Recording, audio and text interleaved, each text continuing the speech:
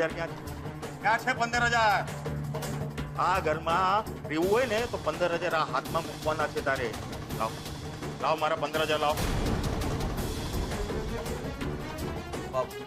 પૈસા તો નથી. અચ્છા, પૈસા નથી ને દીકરા? તો આ ઘરમાં તારી માટે જગ્યા પણ નથી.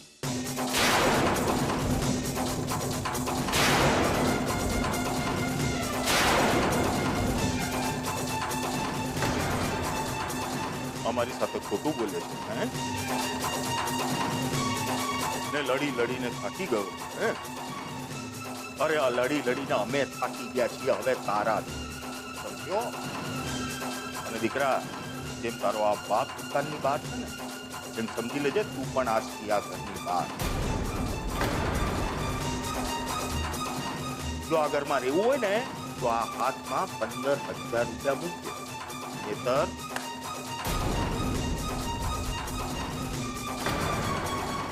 જય શ્રી કૃષ્ણ.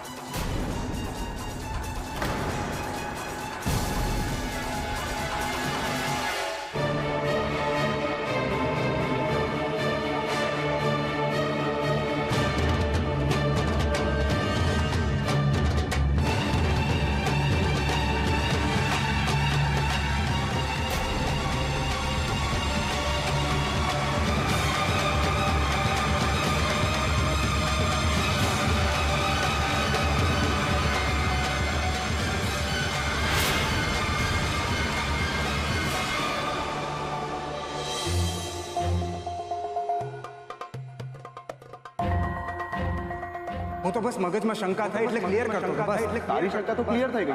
મને પણ ક્લિયર કટ સમજાઈ ગયું છે. મને લાગે છે આપણે પોતપોતાની રીતે ઘરે પહોંચતા થઈએ ને એ આગળ જતા વધુ સારું રહેશે.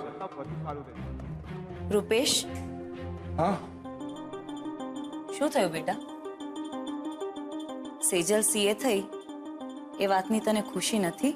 વાત મારી ને સેજલ વચ્ચેની નથી મમ્મી. મારાથી એક બહુ મોટી ભૂલ થઈ ગઈ છે. કાળા ગુલાબ? બજારમાં કાળા ગુલાબ મળતા નથી એટલે ક્યાંક ઉત્કર્ષે ગુલાબને આ કાળો રંગ.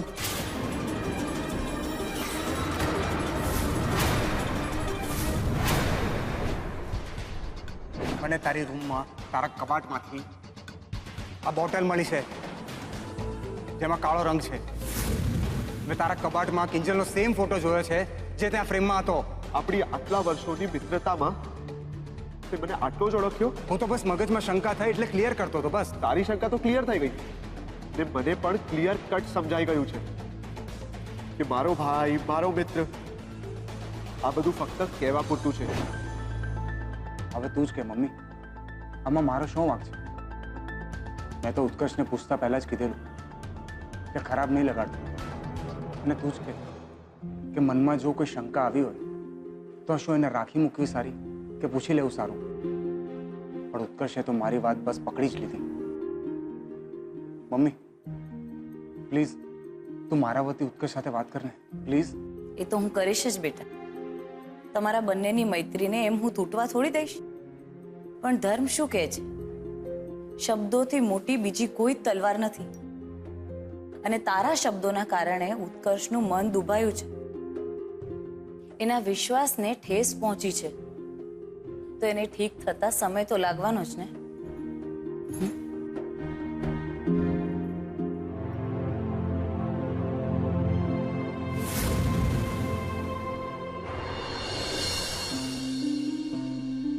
ઉત્કર્ષ, હજી કેટલી વાર લાગવાની છે? લોકો ફોન પર ફોન કરીને મને પૂછે છે. બિલ્લીમોરા, નવસારી, આ બધી સાઇટ્સનું પ્રેશર વધી રહ્યું છે અને રાજકોટમાં તો તારા નામની બૂમાબૂમ છે. કોઈના ફોન કેમ નથી ઉપાડતો? સોરી અંકલ, બસ મને 2 દિવસ આપો, બધું કામ પતાવી આપું છું. પતાવી આપું છું નહીં, પતાવી આપવું પડશે. And don't you forget, Sanghvi construction તને મહિનાના 50,000 રૂપિયા ચૂકવે છે. મેં કહ્યું ને અંકલ, આઈ મીન સર, થઈ જશે. આટલા બધા ફોર્મલ થવાની જરૂર નથી. શું પ્રોબ્લેમ શું છે? હા તો બોલ ને, એટલે આપણે એ વાતનો નિવેડો લાવીએ. બોલ. ખબર નહીં અંકલ, પણ મનમાં ઉકળાટ જેવું લાગી રહ્યું છે. જો તમને વાંધો ના હોય ને તો થોડા દિવસ રાજકોટ જઈ આવું. એ બાને ત્યાંની બૂમાબૂમ પણ બંધ થઈ જશે. ભાઈ સી એટલે ભાઈ સાહેબને પરિસ્થિતિનો સામનો નથી કરવો, ભાગી છૂટવું છે. એક વાત સમજી લેજે ઉત્કર્ષ, જો ભાગી છૂટવું જ બધી સમસ્યાનું નિવારણ હોત ને તો આજે આખી દુનિયા વણઝારાની જેમ જીવતી હોત. સમજદારી અટકવામાં નહીં, જીવનમાં આગળ વધવામાં છે, સમજ્યો? હા અંકલ, બસ 2 દિવસ હું બધું ઠીક કરી દઈશ. તારી જાતને પણ જો બેટા, તું પણ સારી રીતે જાણે છે કે મને રૂપેશ કરતા વધારે વિશ્વાસ તારામાં છે. એમ નહીં સમજતો કે તું અત્યારે જે સવાલો અને સંવેદનાઓની વચ્ચે ઝોલા ખાઈ રહ્યો છે એની મને જાણ નથી. બધું જ સમજુ છું. અધૂરો પ્રેમ, અધૂરી અપેક્ષાઓ આપણને પૂરું જીવવા નથી દેતી. પ્રેમ કરો કે નફરત,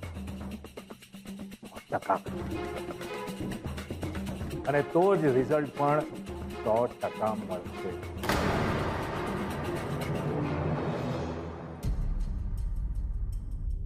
બે ચાર ફોટા ફાડી નાખીને કહી દીધું કે હું પ્રેમ નથી કરતો, અને પછી એ જ ફાટેલા ફોટાને ફરી સાંધવાનો શું મતલબ? 2 દિવસ જોઈએ છે ને તને? આપ્યા. 2 દિવસની મુદત આપું છું. આ 2 દિવસમાં શાંતિથી વિચાર કરજે. કિંજલ તકલીફમાં છે એ જોઈને તને તકલીફ થાય છે કે પછી કિંજલની તકલીફ જોઈને તને મજા પડે છે? એટલે શું છે કે તને તારી લાઈફનું, તારા ઇમોશનનું સ્ટેટસ ખબર પડે કે પ્રેમ છે કે નફરત. અને જો બંનેમાં કંઈ નથી તો બેટા એટલું સમજી લેજે કે તારે રાજકોટની નહીં, હિમાલયની ટિકિટ કઢાવવાની જરૂર છે.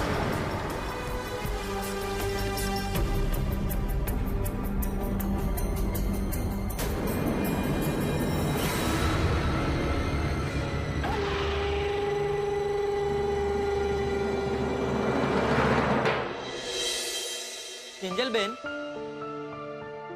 હું શું કહેતો હતો કે આપણે મસાલા પૂરી સાથે મસાલા ચા આપીશું.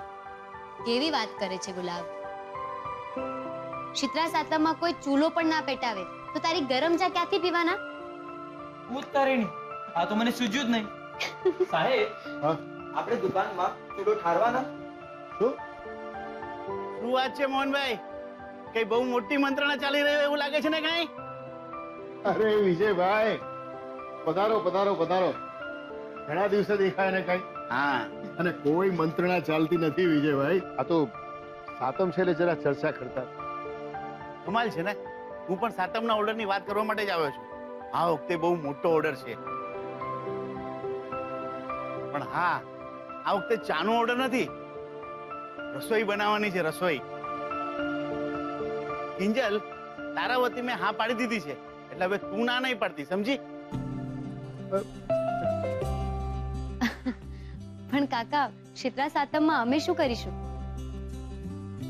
એ બધું મને કશું ખબર નથી, પણ લેડીઝનું બહુ મોટું ગ્રુપ છે અને બધા ભેગા મળીને સાતમ ઉજવવાના છે. સારા પૈસા મળવાના છે. એટલે મને થયું કે આ કામ તો કિંજલને જ મળવું જોઈએ. પણ કાકા, આટલા બધા લોકોનું જમવાનું બનાવવાનું હશે તો પછી મરી, મસાલા, વાસણ, સામાન ઘણું બધું જોઈશે. એની ચિંતા ના કરતું, મારી પાસે રસોઈયાની બહુ મોટી ટીમ છે. તારે ફક્ત માથે ઊભા રહી અને એ લોકોને સૂચન જ કરવાના છે. અરે બાજુની ગલીમાં તો છે. તું ચિંતા નહીં કર, 4 કલાકમાં કામ પતી જશે. અને એટલે માટે તો હું તને સાથે લઈ જવા માટે જ આવ્યો છું. કામ પતી જાય એટલે જાતે ઘરે વહી જજે. નહીં, એ જાતે નહીં આવે. કેમ, શું થયું? નહીં વિજયભાઈ, માથે જ ઉભા રહેવાનું હોય તો પછી ગુલાબને લઈ જાઓ ને. કિંજલ અહીંયા દુકાન સંભાળશે